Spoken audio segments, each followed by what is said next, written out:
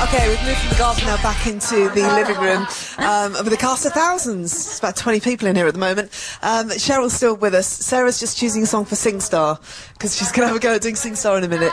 Looking very rock and roll with the red Ray-Bans on and then a leather jacket as well. Cheryl, with X Factor then, why did you decide to do it in the first place? What was the decision behind that, or the thought behind that decision? Well, I met Simon a couple of years ago when I did The Apprentice does Comic Relief.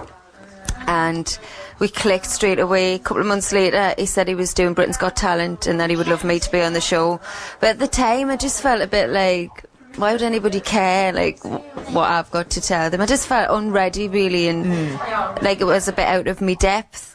And then he hopped on again, suggested X Factor that time around, and I said, you know what? Bit massive compliment, but I'm really not ready for this.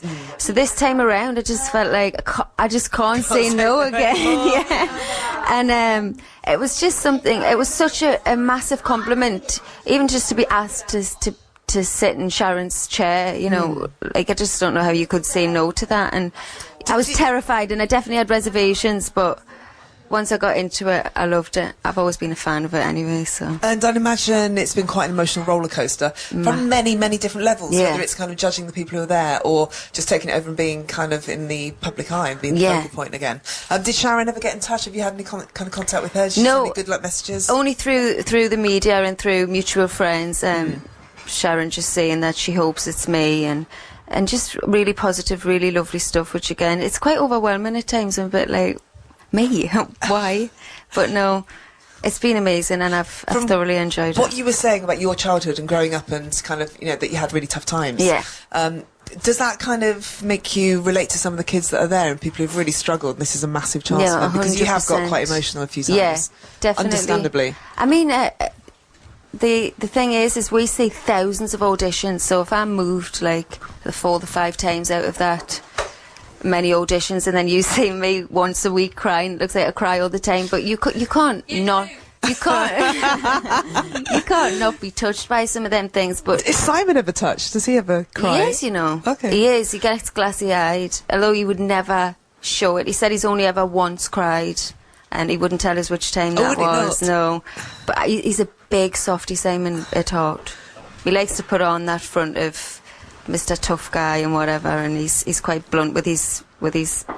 Of course, you have to be. Yeah, but he's actually really soft-hearted and a nice guy underneath. Okay, and has it changed things for you? Because your profile has just, you know, gone through the roof now.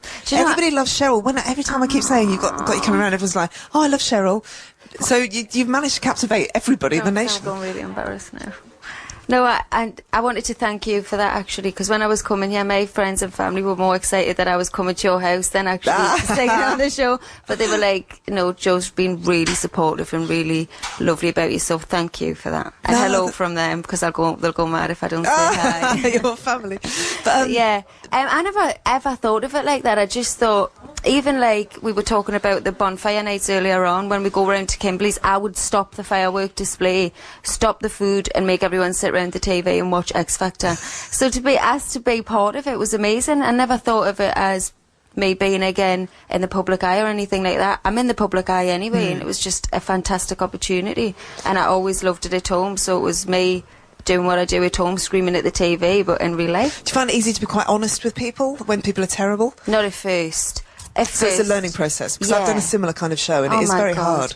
I find it easy. I found it easy at the telly, like, oh, why have you put her through? Oh God, I would have said that to her, or whatever. But when you're sat there and you can see somebody's really emotional or overwhelmed by the situation, you know, they walk into the room in front of Simon, Carol, Louis, or, you know, they're looking like, oh my God, what am I doing here? Like, I know that feeling. I've been there, so I'm trying to make them feel more comfortable. And but at the same time, you can't give them false hope. At the same time, but I was saying yes to like tone deaf people for about 4 hours on the first day. I was like, yeah, it's a yes from me. I was trying to think, if the other 3 say no, at least if they get 1 yes, they might have a glimmer of hope. They'd like you. But then to the point where Simon took me to one side and said, look, I understand, but you can't do this to yourself. You're actually making yourself look silly, and you're not doing them any favours. So you have to just be honest. Don't patronise people.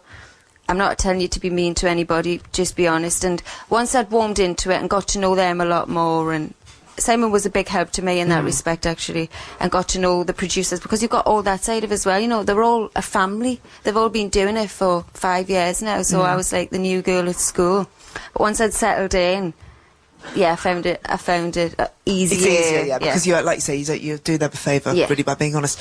Your relationship with Danny is good, bad, mediocre? Yeah, I'm just kind of getting to know Danny. I mean, I've had past relationships with Louis and Simon, so Danny I didn't know at all. And it's all work, work, work. Like, literally, we'll work from 12 in the day to sometimes 10 at night, judging. And even when we have dinner, it's a half an hour break and the cameras are on for the ITV2 programme or whatever. So you literally don't get any one-on-one time. But you do get to chat when you're kind of on that panel. There's no hostility at all. No. Is she quite a laugh? Yeah. Okay. What about the rest of the girls? Have they kind of given you a hard time about Where this? are the rest of the girls? When you need them. Sarah! No, it must be massively entertaining for them to take the mickey out of you. They absolutely love it. And the texts come aplenty from the girls on a Saturday night taking the absolute mick. But yeah, no, they're enjoying it probably more than I am. All right, I think we might do a bit of sing-star. Would you, you could give you a chance Sarah, to do an come X on. Factor. You could be an X Factor judge while Sarah sings. I'm going to play a track and we'll talk about this and try and work it if out. she starts with Mustang Sally, I'm out of here. Me too, I'm out of here. It's all kinds of chaos, all colours of chaos going on in my living room at the moment. Kimberly has joined us, we've got Cheryl here. So this is like an X Factor kind of audition, really. I've got Sarah and Jude, who's my 9-year-old, are doing Daniel Powter. All right, okay. Jude, yes from me. Sarah would be a definite no. You haven't heard him sing yet, hang on. Who's singing there? He's singing. Ready? Tell me the last thing way online.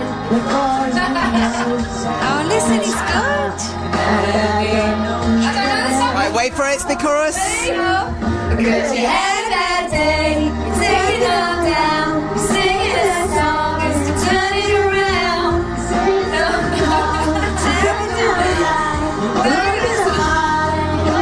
Jude is way better than Sarah, look at this. Right, it's private time, moving on from that. So, Cheryl, X Factor star judge, what would you say to Jude, 9 years old, small boy? Jude, fantastic potential. I think in a few years' time you could be a little superstar. And Sarah? Sarah, you're out of here. Game over, mate. So it's a yes for Jude and it's a no for Sarah. Brilliant. Okay, what we're going to do next? We'll play September Cry for you. You've got showbiz news on the way. And I think Girls Aloud might actually be doing showbiz news for us today with Natalie. Woo!